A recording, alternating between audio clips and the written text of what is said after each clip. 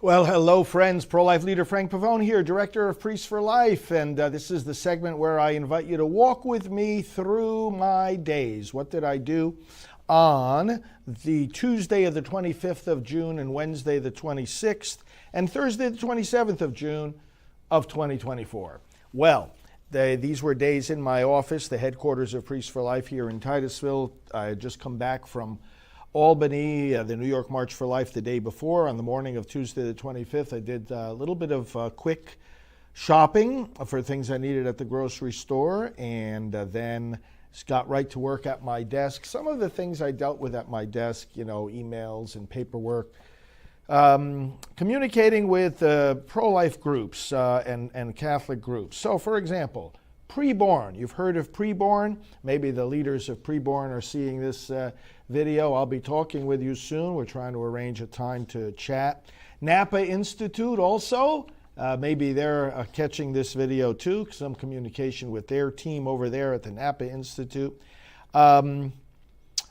Great communication with our new media advisor. You may have seen the announcement about Grace, and also a good friend of Rachel's Vineyard, Leslie Graves. Hi, Leslie, if you're watching. And she started something called Ballotpedia, really a great resource that we use for the elections. Working on communications with her. Then travel coordinator, the person on our staff who handles planning our trips, communicating with him, preparations for our radio show on Radio Maria. Appeals that are going out to our donors, giving approval to the wording on those. The liturgical resources we offer online for priests, making sure that schedule is in place. Preparation for the Republican National Convention, which I'll be attending. A prayer event about the pro-abortion ballot measures to stop those in various states, working on planning that. Communication with Focus on the Family. And communication with Mary's Town Holy Rosary. That's a prayer group that meets people who are very involved with Hollywood, and they have me on as a regular guest. So I did some communication with them. Then a morning meeting with our technology associate at 9. Here in the studio at 10 for a live scripture broadcast. And then connecting with other staff in the building, doing more of this kind of work I just mentioned. A lunch at noon with our social media coordinator, a working lunch right downtown here a few minutes from the office. Came back, caught up with more emails and work at my desk. At 2:15, I was back here in the studio for a taping of the Right Side Broadcasting Network's program that I do there called Praying for America. At 4 o'clock, I had a special phone call in regard to the Republican National Convention, what they want me to do in terms of leading prayer. Then I started to get end-of-day updates from staff and going through those, working at my desk, taking my usual walk, and a quiet evening also of work here. That was Tuesday the 25th. Wednesday the 26th. Up early as usual. Some of the things done at my desk included follow-up from the political conference to which I brought many priests in Washington. Follow-up also on planning an online training for leaders across the state of Florida on the Amendment 4, pro-abortion amendment. Arranging for some of the praise reports we've gotten to be publicized when people change their minds about abortion because of the graphic images of the aborted babies. We've been doing that for decades. Planning a media appearance with Mike Huckabee on the Huckabee program, some communication with the folks that are organizing that.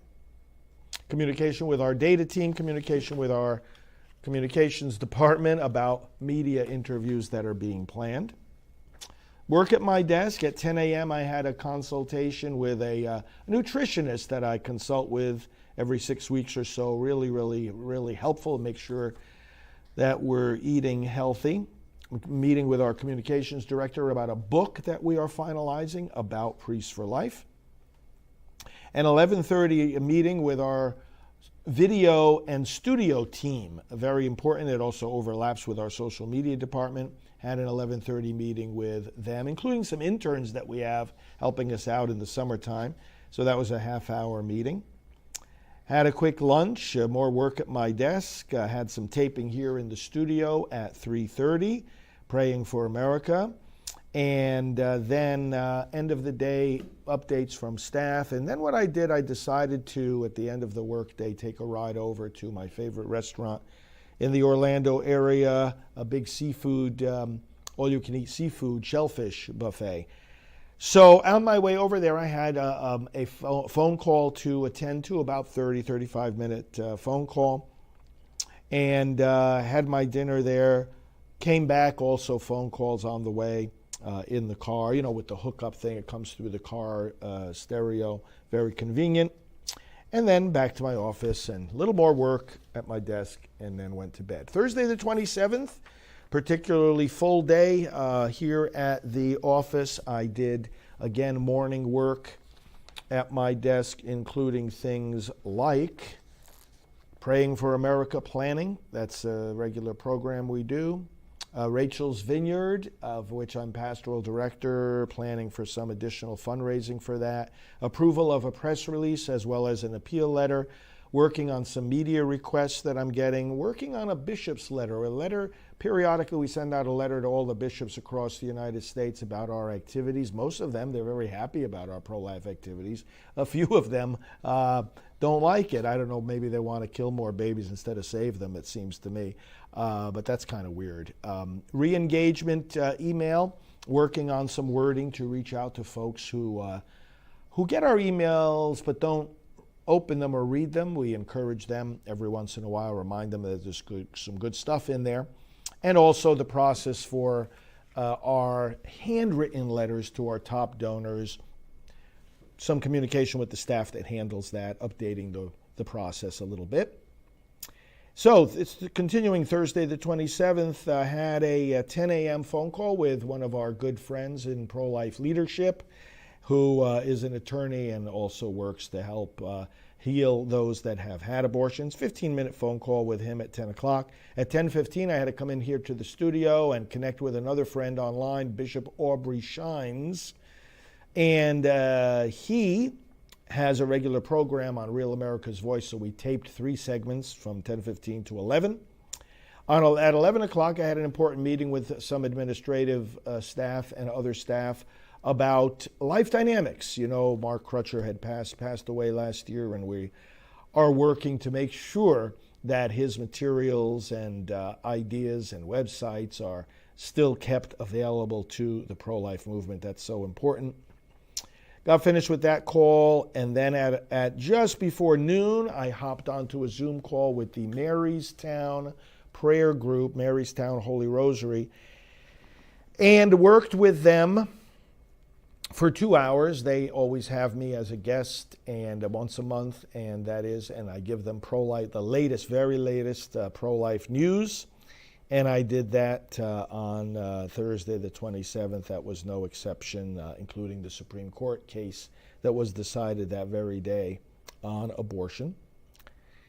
That finished, a little bit more desk work, and then I had a 3 o'clock call with the young gentleman who heads up the group called Catholics for Catholics.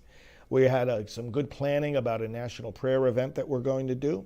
As soon as that call was finished, I had some meetings with my finance director, and she was here up from Virginia, and we had some good, fruitful meetings about that. And then shortly after, going back to my office, checking in with a few more staff and getting my packed bags, I was picked up at 6:15 for the Orlando airport. Made my way out to the airport, doing work in the car at the gate on the plane, flew to Washington, D.C., landed in Washington about 11 p.m., and made my way over to the hotel in Crystal City, where the National Right to Life Convention was gathering, and I'll tell you about that in the next update. So these are my daily diary updates. Really, I enjoy doing them, and I hope you get some good insight as to how we are working with you and others in the pro-life movement. We appreciate your support to get all this work done, and may your pro-life work also bring you joy and peace in the Lord.